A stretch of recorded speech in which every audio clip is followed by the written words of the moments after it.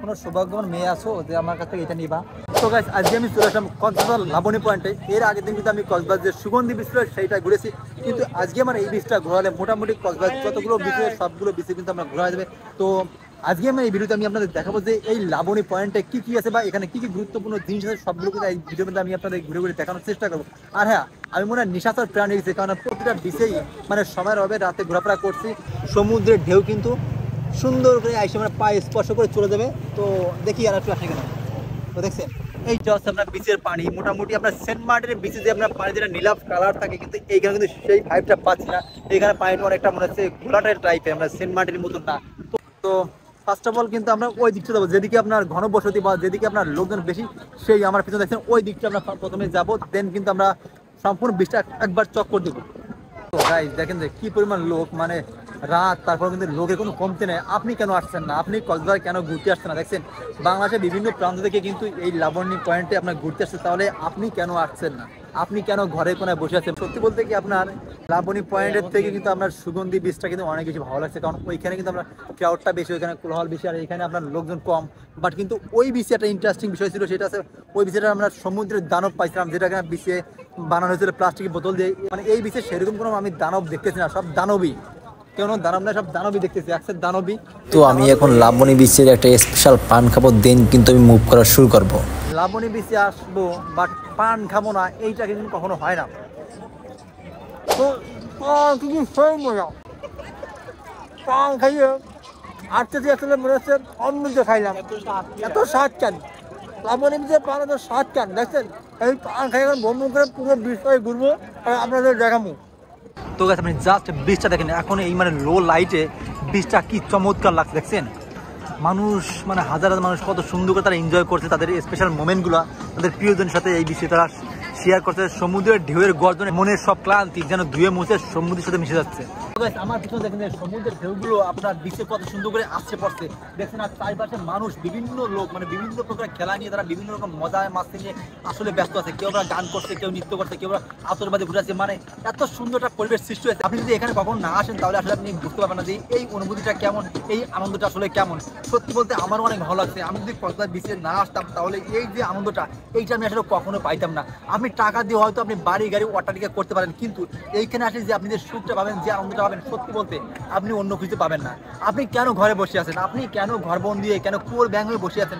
আপনি দ্রুতই এখনই বেরিয়ে পড়ুন এবং কক্সবাজার সমুদ্র সৈকতে ট্রিপ মাউন্ট দেখবেন। আপনার মনে যত গ্লাস দিতে সব ধুয়ে মুছে একা রেখেছে এই সমুদ্রের ঢেউয়ে, মানে সমুদ্রের গর্জনে আপনার জীবনে যত দুঃখ কষ্ট সব মুছে সমুদ্রের সাথে মিশে দেবে এবং আপনি আমার লাইফটাকে নতুন করে মানে শুরু করতে পারবেন, মানে জীবনে একটা নতুন সূচনা পাবেন। তাই আপনিও আমার মতো চলে আসুন এই কক্সবাজার বিচে। দেখুন কত লোক কতভাবে এনজয় করছে, আপনিও এনজয় করেন, আমিও এনজয় করি। মানে মানে পরিবেশটা এখন অন্যরকম হবে। মানে সবাই যদি আনন্দ থাকে তাহলে মানে কেমন যেন অন্যরকম একটা মানে মনের ভিতরে কেমন একটা শান্তি মেলে। তাই আপনি ঘরের কোণে একা একা না কেঁদে আপনি এই কক্সবাজার সমুদ্রের সৈকতে চলে আসেন, তাহলে আপনার মনের সমস্ত দুঃখ মানে গ্লানি সব ধুয়ে মুছে একাকার হয়ে যাবে। তো আপনি যদি লাবণী পয়েন্টে আসেন তাহলে এইখানে এসে আপনি জলপাই আচার খাবেন না, এটা তো হয় না। তো আমিও কেন মিস করবো, তাই আমিও চলে আসলাম জলপাই আচার খাইতে। তো চলুন দেখুন কত সুন্দর করে জলপাই আচার মেক করা আছে। দেখছেন মানে দেখতে কেমন, মানে লুক লাইক গর্জিয়াস, মানে খাইতে কতটা মানে সুস্বাদু হবে, মানে এর মানে কালার দেখে মানে ফিল করা যাচ্ছে আসলে খাইতে মানে কতটা সুস্বাদু হবে। তো এই যে হচ্ছে আপনার 20 টাকার জলপাই আচার। কয়টা আছে? মোট 6টা। এই দেখো এই যে হচ্ছে আপনার এই লাবণী পয়েন্টের বিখ্যাত সেই জলপাই আচার। হ্যাঁ ঠিক আছে, মোটামুটি ঠিক আছে, বাট আর একটু ঝাল হলে মানে ভালো হয়েছে। ঝাল দেন, আমি মানে ঝাল ভালো বাকি তো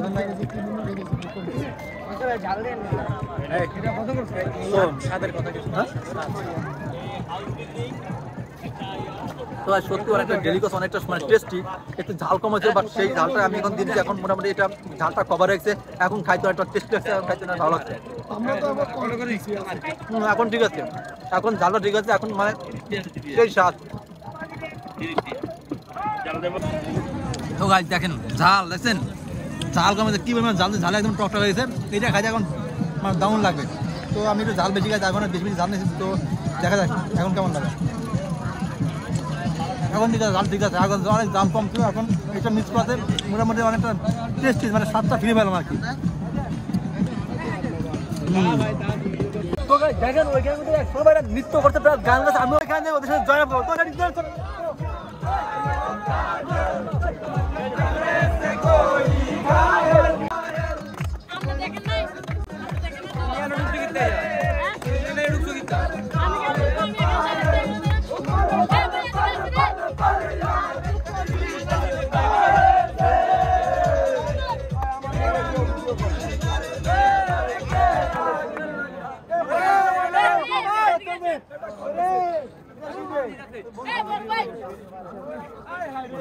সত্যি বলতে কি এখানে বিচে আপনার হাঁটাটা অনেক কষ্ট, বালি ভিতরে হাঁটা কিন্তু প্রচন্ড টাফ।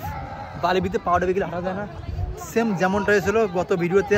তো গাইস বিচে আসছি, বাট এই সমস্ত দিন দিনে কিন্তু লোক সবাই যেতে পারি না। ইচ্ছা করে যে কোনো মাইরে গলা এগুলো করা দিতে, কিন্তু আমার দুঃখের বিষয় আমার গার্লফ্রেন্ড নাই, বউ নাই, মানে স্বামী বিদেশ, শালি আছে।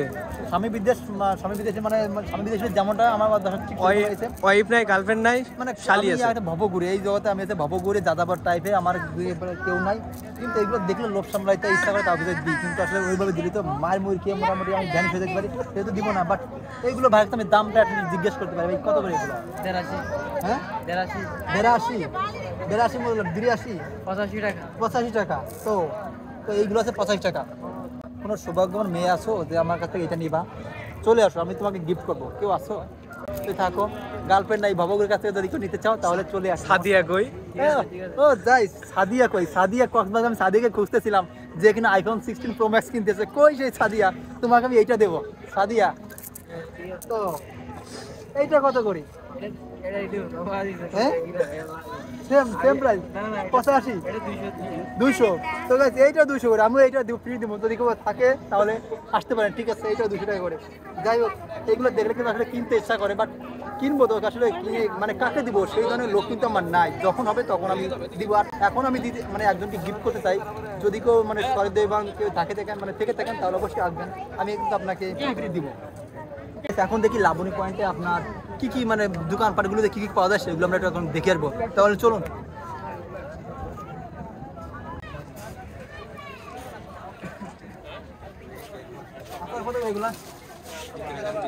হ্যাঁ অবশ্যই কত করে কি বলবো? এগুলো কি আপনার কি মায়ানমারের? এই জন্য তো আপনার এই জন্য দাম। আমরা অনেকগুলো প্রায় 2000 টাকার মতো আচার কিনছি গতকাল মায়ানমারে, আপনার টেকনাফ বাজার থেকে, বুঝছেন?